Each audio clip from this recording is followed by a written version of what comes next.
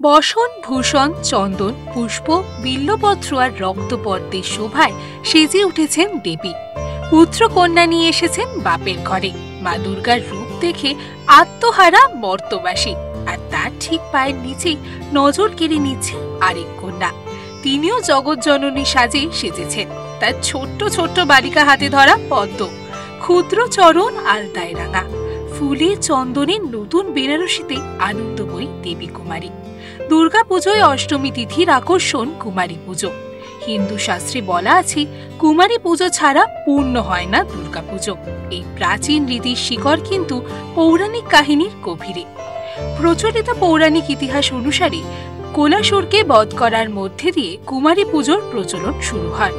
কোলাসুর একসময় স্বর্গ ও মর্ত্য অধিকার করে নিলে দেবকুল মহাকালীর শরণাপন্ন হয়।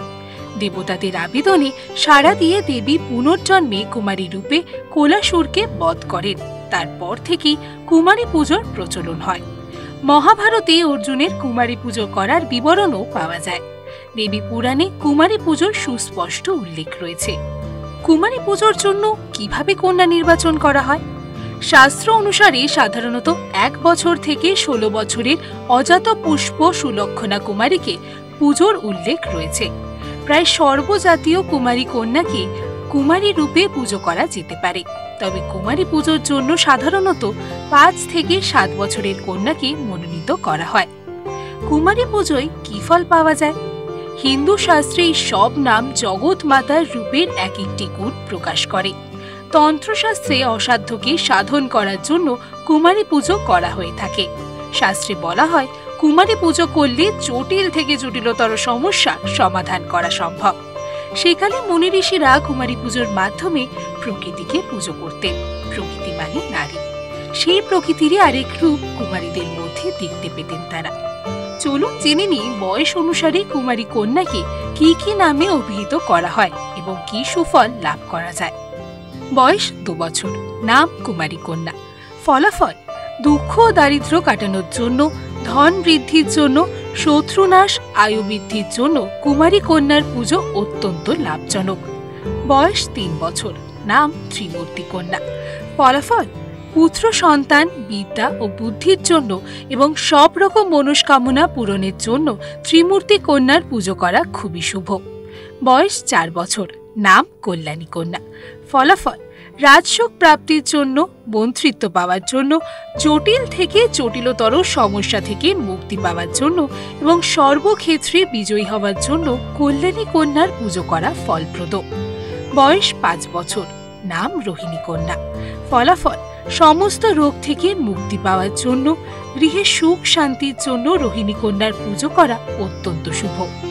বয়স 6 বছর, নাম মাতা কালিকা।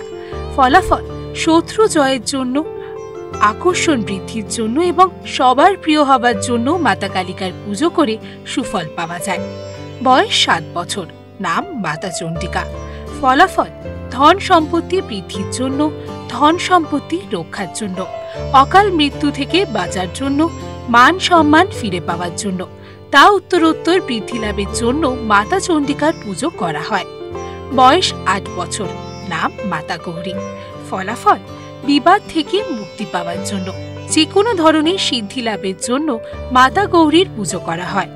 বয়স 9 বছর, নাম মা দুর্গা। ফলাফল: কঠিন থেকে কঠিনতর সমস্যার সমাধানের জন্য, বিভিন্ন ধরনের ভয় থেকে মুক্তি পাওয়ার জন্য, শত্রু যেন আপনার সামনে মাথা উঁচু করে না দাঁড়াতে পারে তার জন্য 9 বছরের কন্যাকে পুজো করা হয়। বয়স 10 বছর, নাম সুভদ্রা। ফলাফল: অশুভ শক্তির হাত থেকে বাঁচার জন্য, কল্যাণকারী কাজে সর্বদা যুক্ত থাকার জন্য এবং সুখ সমৃদ্ধির জন্য সুভদ্রার পুজো করুন। অষ্টমীর দিন সকালে এক কুমারীকে গঙ্গা স্নান করিয়ে গায়ে গয়না, পায়ে আলতা, কপালে চন্দন, হাতে পদ্মফুল, লাল বেনারসি পরিয়ে দেবী রূপে সাজানো হয়। ওই কুমারীর মধ্যে দিয়ে খোঁজা হয় দেবী দুর্গাকে। বিশ্ব ব্রহ্মাণ্ডে প্রতিনিয়ত সৃষ্টি, স্থিতি ও লয় চলছে। এই 3 শক্তি নিহিত রয়েছে নারীর মধ্যে। এই কুমারী নারী জাতির প্রতীক। তাই কুমারীকে বিশ্বজননী রূপে দেবী জ্ঞানে পুজো করা হয়। প্রচলিত বিশ্বাস অনুযায়ী পূজিতা কুমারী খাবার খেলে তা বিশ্বভুবনকে খাওয়ানো হয়। শ্রীরামকৃষ্ণ বলেছেন, শুদ্ধাত্মা কুমারীতে ভগবতীর প্রকাশ। কুমারী পুজোর মাধ্যমে নারী জাতির প্রতি শ্রদ্ধা জ্ঞাপন করা হয়। 1901 সালে স্বামী বিবেকানন্দ কলকাতার বেলুর মঠে 9 কুমারীকে পুজো করেন। তখন থেকে প্রতি বছর দুর্গাপুজোর অষ্টমী তিথিতে বেলুর মঠে মহা ধুমধাম করে এই পুজোর প্রথা চলে আসছে। মাতৃ আরাধনায় কুমারী পুজোর চল বহুদিনের। কালী পুজো, জগদ্ধাত্রী, অন্নপূর্ণা পুজোর সময়ও কুমারী পুজো হয়। ভিডিওটা ভালো লাগলে লাইক, শেয়ার আর কমেন্ট করে জানান দুর্গাষ্টমীর কুমারী পুজোয় আপনার কোনো বিশেষ অভিজ্ঞতা আছে কিনা।